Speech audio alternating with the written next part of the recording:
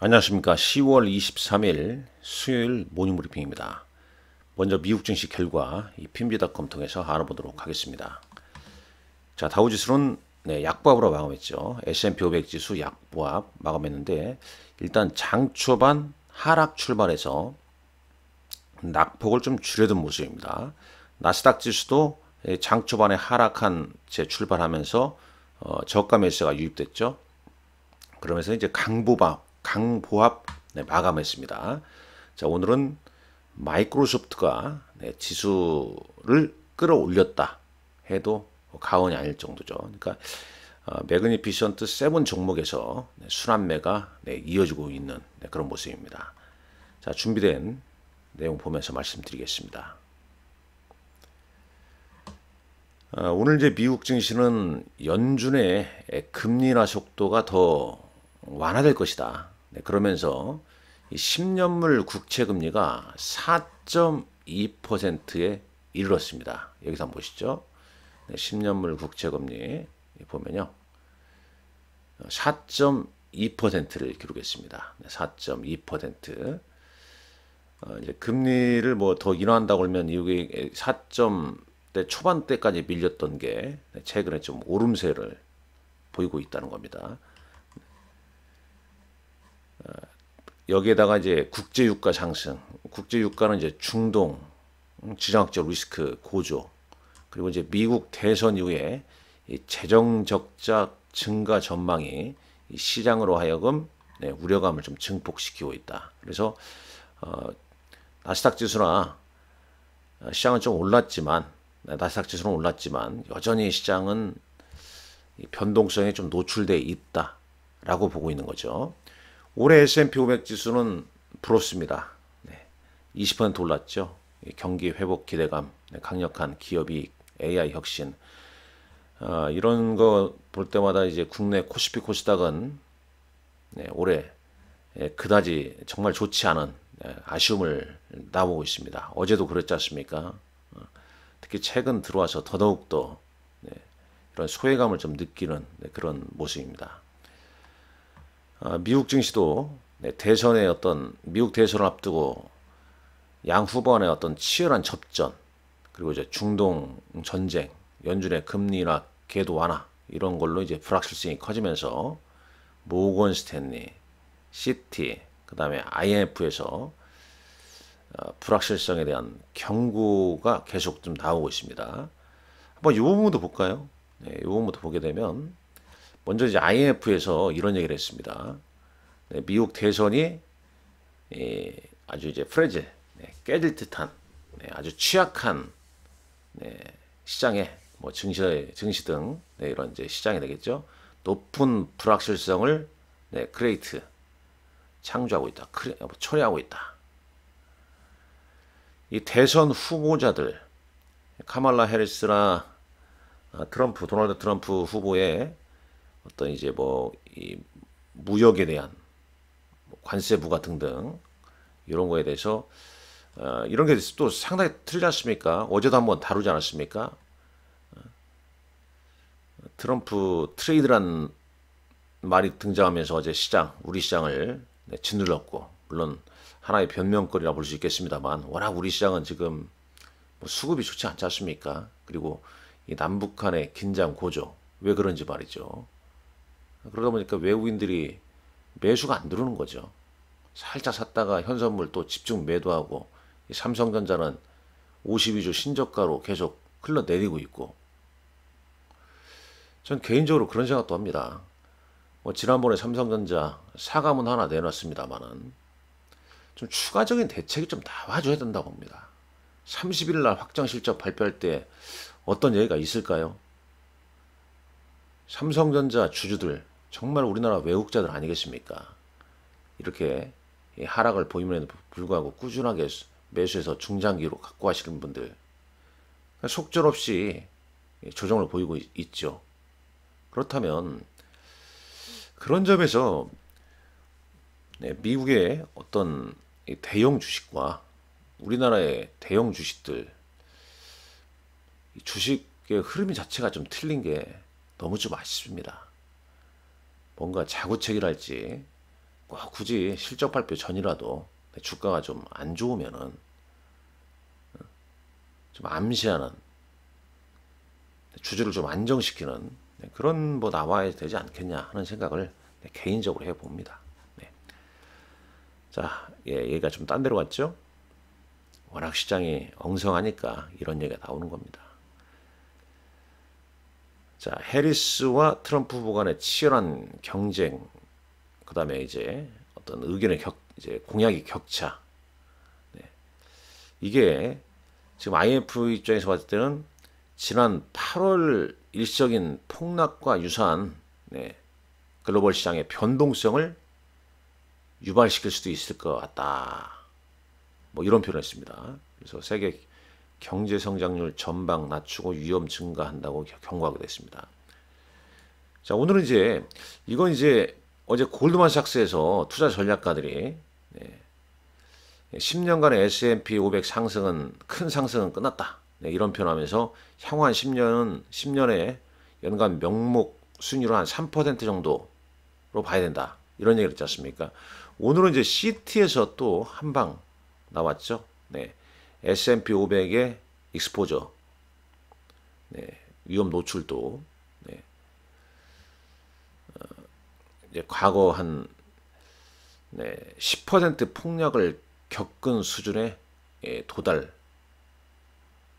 있다라고 나왔네요. 그러니까 지수 연계 선물에 대한 S&P 500 지수 연계 선물에 대한 롱 포지션이 2023년 중반 이후에 가장 높은 수준이라는 거죠. 그러면서 작년 한 8월부터 10월까지 S&P 500 지수가 한 10% 하락한 바 있다는 거죠. 그러니까 10% 하락할 위치에 다다른 거 아니겠냐. 이렇게 좀 내다보는 것 같습니다. 뭐 세 개 다 보면 이거 아니겠습니까? 좀 조심하자. 쉽게 말하면. 왜? 불확실성이 많으니까. 국제유가 뭐 대선 이후의 어떤 불확실성 이런 것 때문에. 그런데 대선이 지금 2주 남았죠? 11월 5일이니까요. 그 기간 동안 좀 잘 이겨내셔야 됩니다. 불확실성에 좀 피하셔야 될 것 같고요. 자, 코스피 200 야간 선물 지수는 약보합으로 끝났습니다. 0.45포인트 하락 마감했죠. 어제 우리 시장 원달러 환율이 1380원을 넘었는데 오늘 NDF에서는 1378원대입니다. 10년물 국제금리 이렇게 됐고요. 국제금리, 국제 유가 배럴당 72달러를 넘어섰습니다. 자, 종목단에서는 시총 상위 마이크로소프트가 오늘 2% 올랐고요. 구글, 메타, 아마존 상승했습니다. 어제 많이 올랐던 엔비디아, 애플 좀 쉬어가 있죠. 테슬라 0.4%. 반면에 GM과 포드가 꽤 올랐네요. GM은 전반적인 시장 침체에도 불구하고 예상치를 상회하는 분기 실적을 발표했습니다. 그러면서 상승했고요. 여기서 볼까요? S&P 500 매물 보면요.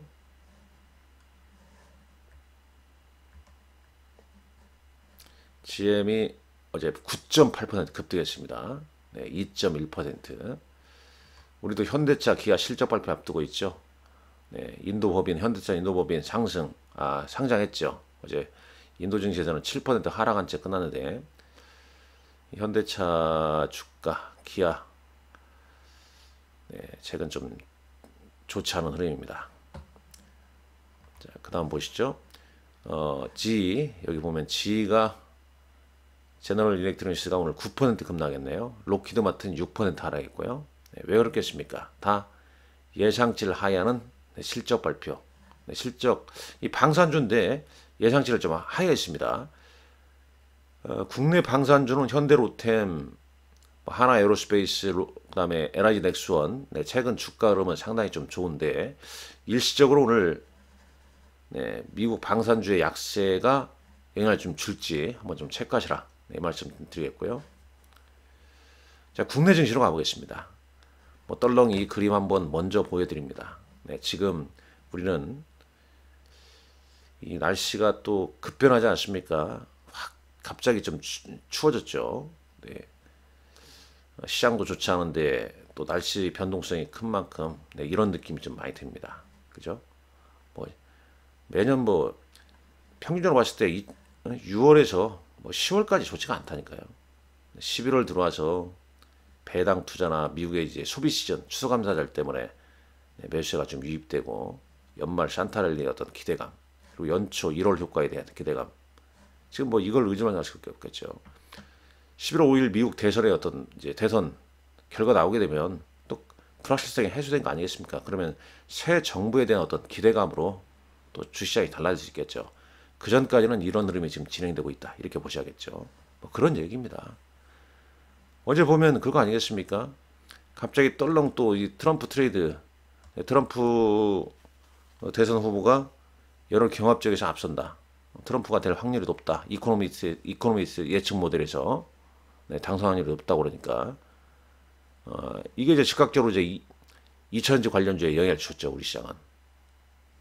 외국인은 계속 순매도 때리고 있고 그 다음에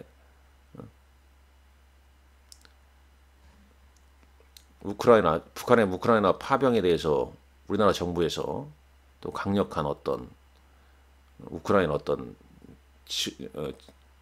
지원 정책 이러면서 남북한 긴장 고조 뭐 이러니 뭐 매수세가 들어올 수가 없는 거 아니겠습니까? 원달러 한유는 1380원까지 오르고 삼성전자는 빠지고 주도주가 부재돼 있고 지수가 그러다 보니까 지금 보십시오. 횡보 답보하다가 이제 방향을 밑으로 들었습니다. 차트상 보게 되면 5일선, 21선, 그 다음에 60일 역별로 지금 진입되어 있죠. 지난 8월 달에 이런 모습이거든요. 이런 충격파가 주지 않아야 됩니다. 않아야 되는데 지금 흐름 자체는 여기서 바로 올라갈 어떤 모멘텀이 없다는 거죠. 그러니까 어찌 보면 2,500까지는 좀 열어둬야 되지 않겠냐. 이렇게 보수적으로 생각할 수밖에 없다는 겁니다. 코스닥도 마찬가지죠. 이 하락 강도가 세지면 그냥 쭉 한번 때리게 돼 있죠. 밀려나게 돼 있습니다. 역시 코스닥도 한 700선까지는 보수적으로 좀 열어둬야 된다. 그럼 뭐 위험 관리에 단기적으로 좀 줄여야겠죠. 뭐 11월 5일 미국 대선까지는 말이죠. 특징주 뭐 이런 게 있었다. 뭐 주도주가 부재되어 있고 일부 특징주 움직인데 이거 하루짜리거든요. 연속성이 없습니다. 그냥 단순 참고하시면 될 것 같고 어제 외국인은 HD 현대일렉트릭을 순매수했네요. 그래도 차트 흐름은 양호한 모습이죠. 기관은 코덱스 200 선물 인버스를 이제 사기 시작합니다. 현대모비스 샀고요. 순매도는 삼성전자, 기아, 기관은 삼성전자, SK하이닉스. 자, 코스닥 시장에서는 외국인은 파마리서치를 순매수했고 뭐 대략 한 그 정도입니다. 시간을 타니까 약세장에서 뭐 시간을 타니까 항상 말씀드리지만은 뭐 상승 출발한 다음에 차익 매물이 나옵니다. 어제 코스닥에서는 한국파마 최근에 급등했던 종목 이런 종목이 이제 시간에 타니까 상한가를 기록했네요. 자, 코스피는 한독이라는 종목이 시간에서 좀 오른 모습입니다. 자, 오늘 삼성바이오로스 실적 발표가 있죠. 내일 새벽에 테슬라 실적 발표 있습니다. 네, 그리고 이제 LS증권 에서 이제 이런 내용이 있더라고요. 네, 지금 이제 10월 23일 이후에 바이오 학회 보면은 10월 23일 ENA라고 이런 학회가 있고요. 여기 뭐 참가하는 기업이 이런 거다. 그 다음에 11월 달에 이제 쭉 있죠. 11월 달은 이제 SITC 면역 항암 학회 이게 상당히 중요하죠. 어떤 기업들이 좀 참가하는지 뭐 그런 내용도 참고하시면 좋을 것 같습니다. 어려운 시장입니다. 시장 보지 않고 훌쩍 좀 떠나고 싶을 정도의 그런 느낌을 받는 장입니다. 이럴 때일수록 건강관리 잘 하시고요. 좋아요, 구독 꼭 많이 눌러주십시오. 감사합니다.